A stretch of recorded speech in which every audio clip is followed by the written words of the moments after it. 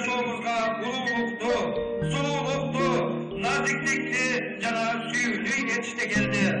Ошондой керемет кыялдарга курчалган жаздын эң алгачкы майрамы 8-март аялдардын эл аралык майрамы эшик ачып турган чагы.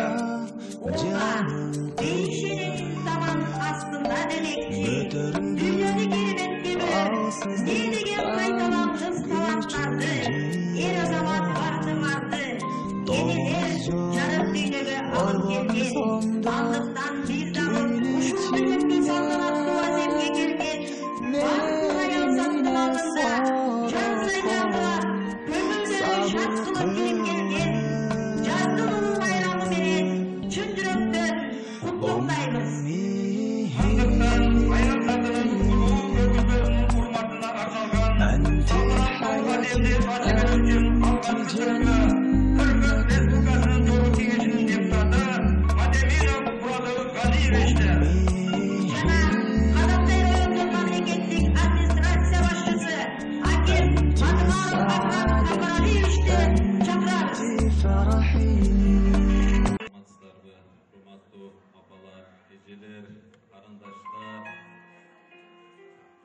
Bugün жаздын ушундай татынакай, жакшынакай күндөрүнүн биринде сиздердин майрамыңыздарда сиздер менен бирге ушул жанаша отурганыма мен аябай өзүмдү бактылуу, кубанычтуу эсептеймин.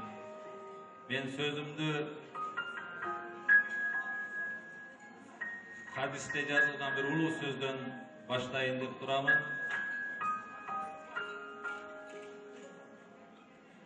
Namaz okup oturganda bu musulman balası üçün en ulu nerse atan çakırsa namazımda okup alıp gelip ata beni izlediniz mi, beni çakırdınız mı dep aytkanday. Eğer namaz okup oturganında apan çakırıp kalsa namazımdı buzup gelip apa emne izlep atasız meni dep namazdı da buzup kelgin деген. Bu tereң filosofiyalыk söz ayal zatqa Allah Taala'dan bergen en ulu zat degендин manisini bildirir. Ошон үчүн урматтуу апалар, эжелер, карындаштар, сиздер бар. Мына ушундай улуу майрам бар. Сиздер бар, биз эркектер татыктуу башыбызды көтөрүп, сиздерге кызмат кылалы деп жүрөбүз, аракет кылабыз. Бүгүн жаздын ушундай улуу күндөрүндө алдыбыздагы 8-мартты Кадамжай жергесинде бирге тосуп, мен ушунчалык кубанычтамын. Биринчиден ушул мамлекеттик администрацияга, Кадамжай районунун акими Акрам Камбаралиевичке, Кадамжай район жетекчилерине аябай ыраазычылык билдирем. Себеби мен 30 жыл Бишкекте жашап, чүй борунна ошо жерге эл болуп, бирок ушул жерде төрөлүп, ушул жерде татыктуу эненин тарбиясын алып, ушул жерде менин бир топ мен окуткан эжекейлерим отурат. Ошолордун билимдерин алып, агайларымдын билимин алып, мына бүгүнкү күндө СДБК партиясынан Кадамжай районунун атынан депутат болуп, şu elime yurtuma biraz olsa da hizmet kılam degen oy maksat menen hareket kılıp жүрөм. Майрамыңыздар куттуу болсун, урматтуу апалар, урматтуу эжелер. Мен biraz бүгүн толкунданып турам. Мына 4 жылдан ашын Жогорку Кеңеште депутат болуп, депутаттык вазифаны аткарып, Кыргызстандын ар бир айыл, ар бир райондоруна ушул партиялаштары менен бирге барып, элдин жашоосуну көрүп, ошол айыл жериндеги мугалимдердин, врачтардын, жөнөкөй карапайым элдердин турмушуну көрүп, ошол жердеги болуп аткан жакшы нерселерди көрүп, өзүмдүн районум менен салыштырып, өзүмдүн районумдун эли менен салыштырып, мен көп жерде bir жакшы сөздөйм. Кадамжай району эң татыктуу, эң алдыңкы өсүп өнүп аткан район катары мен бүгүн сиздердин алдыңыздарда сыймыктана аламын. Бул деген бардыгыңыздардын аракетиңиздер, бардыгыңыздардын алган билимиңиздер, жашоодон алган тажрыйбаңыздарды үй бүлөгө жумшап, үй бүлөдөн коомго жумшап, саламыңыздарды ушул элдин, мамлекеттин өсүшүнө ар бир үй бүлө, ар бир инсан кошуп жатасыздар.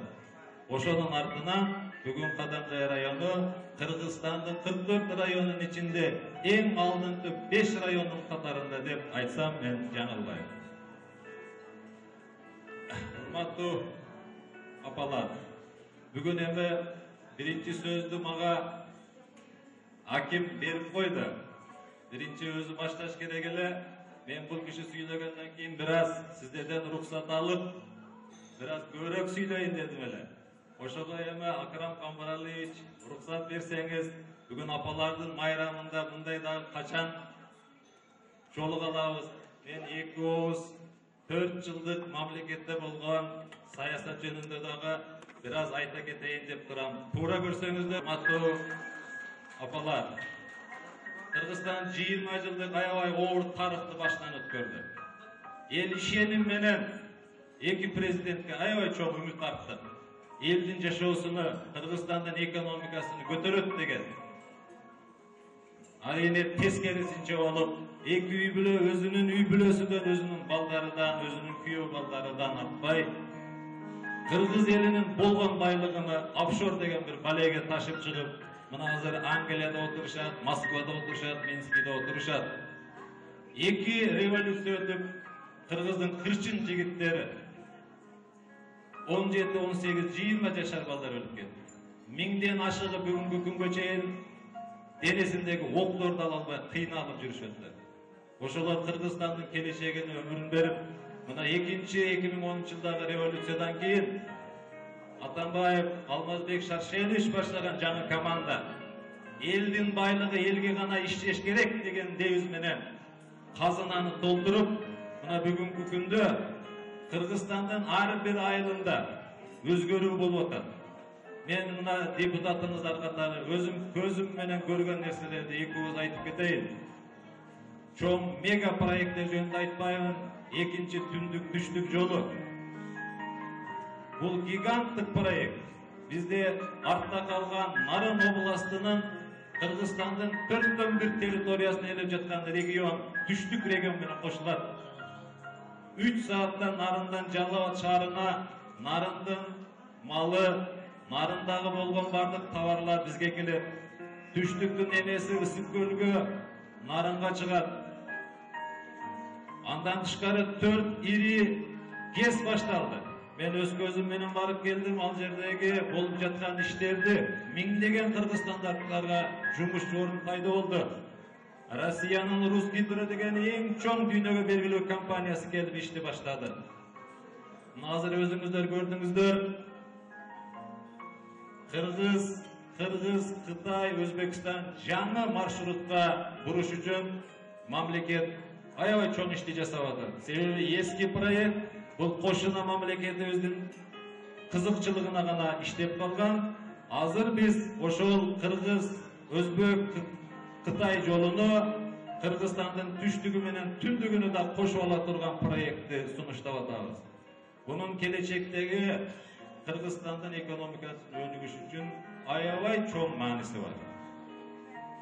Эми мега проекттерди айтсам, азыр 20дан ашык аябай чоң мега проекттер башталды. Мен Кадамжай районуга акыркы 4 жылда болгон президенттин туура багыты, туура саясатынын артында Кадамжайга бүгүнкү күндө 1,5 миллиард сомдон ашык 20 жылда келбеген акча келип атат. Кадамжай районунда 9 мектеп башталып, 5-өсү бүтүп, 4-өсү курулуп атат. Аны билгениңиздер да бар, билбегениңиздер да бар.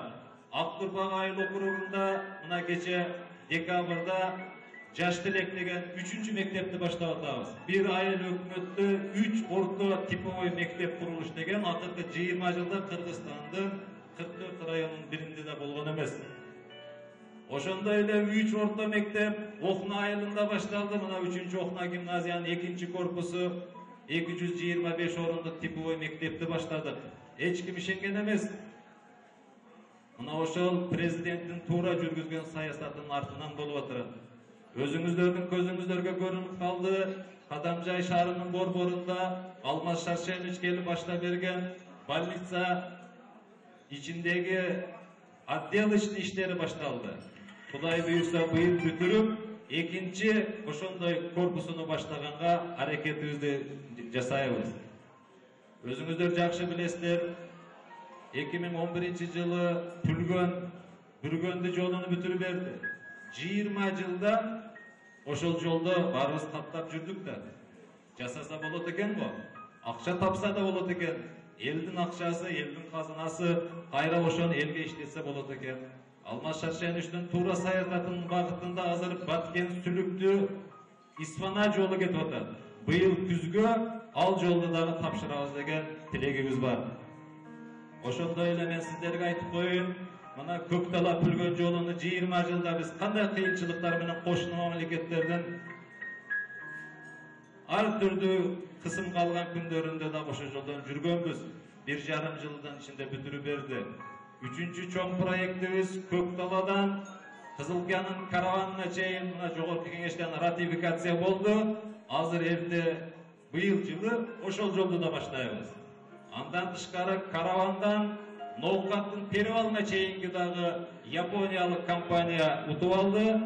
Ал жерде дагы укмуш жол болот. Мына ушул президенттин туура жүргүзүп аткан саясатыны экөөбүз эми көп убактыңыздарды албай айтып койдум. Аяктайын, ошондо өзүңүздөр көбүңүздөр жакшы окугансыздар. Канчалык кыйналган, аябай кыйналган күнүмдө мен энеме кайрылам деп. Ошон үчүн эне улуу зат бар болуңуздар, дайым татыктуу эне, татыктуу эже, тачыктуу карындаш болуңуздар. Биз сиздер менен сыйлыктанабыз. Биз эркек заты өмүрүбүздүн Кудай канча жаш берсе, энеге арнашыбыз керек, аялдарга арнашыбыз керек, кыздарыбызга жакшы тарбия окутканга арнашыбыз керек. Бар болуңуздар, көп жашаңыздар, дагы жолмайрамыздар.